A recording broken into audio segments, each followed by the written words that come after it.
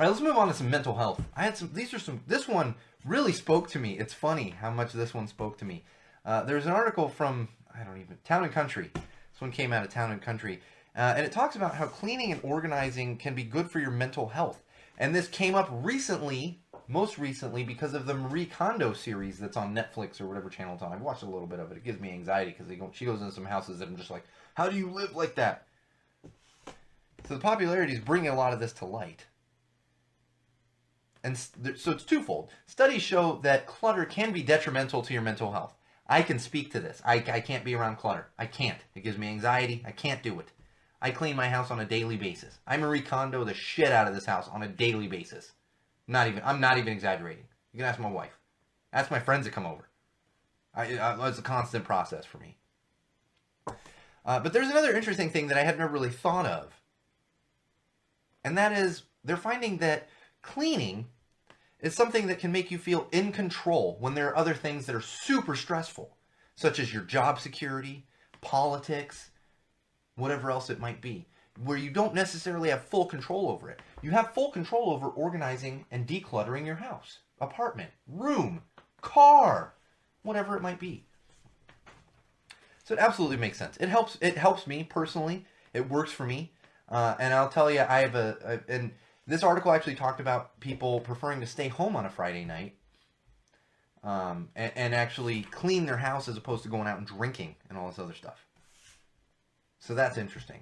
And for me personally, I totally get that. Many, many years ago, before I even met my wife, I actually had I'm not horrible, just a bad first date. And I was just like, I'm over this. And I kind of ended it as soon as I could. And I was just like, I gotta go home. And I went home and actually painted my bathroom. I lived with two other guys that lived in very much a bachelor pad townhouse, big townhouse. And I painted the main bathroom, which was my bathroom and my other roommate's bathroom. Painted it.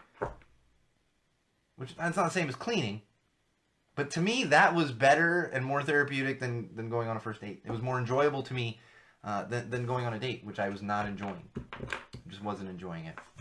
So I've been there. All right, I'm going to save this one as well. We are so short on time. And I will tell you, here's what I want to say. Maybe it's not cleaning, decluttering, but we got to do is find your own therapy, your own happy place. Whatever that might be. For me, it's obviously cleaning, decluttering. But another one for me, and a huge one for me, is live shows and music. It's live shows and music.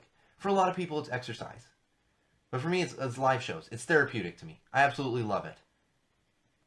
And on top of that, it's really also exercise at the same time, because you get music and exercise, because it's constant movement. Both exercise and music. And in fact, I'm going to 2 shows in April. 2 different shows in April. I'm going to see the Interrupters at the Observatory in Santa Ana. That bad boy's sold out, so if you don't have your tickets, do not come join me down there, because you can't. And also hitting up Beach... No, I keep doing this because there's 2 different ones. I was going to say Beach City Blitz.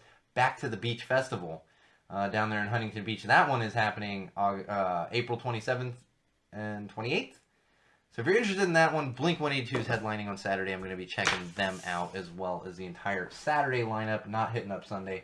The only disappointing thing there is Less Than Jake, which is probably might be a top 5, definitely a top 10 band of mine, is playing a different day. And I was like, I can't go to I'm too old to go to 2 days. So that's going to be some therapy for me in April.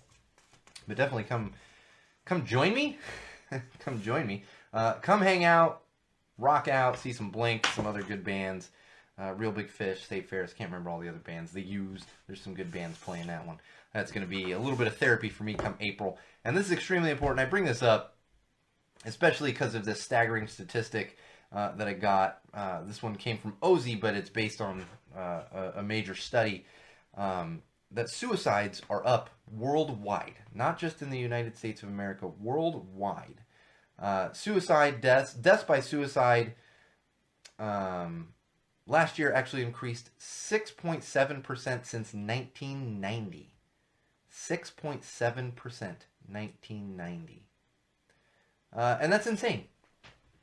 I get it, but that's the unfortunate byproduct of the world we live in.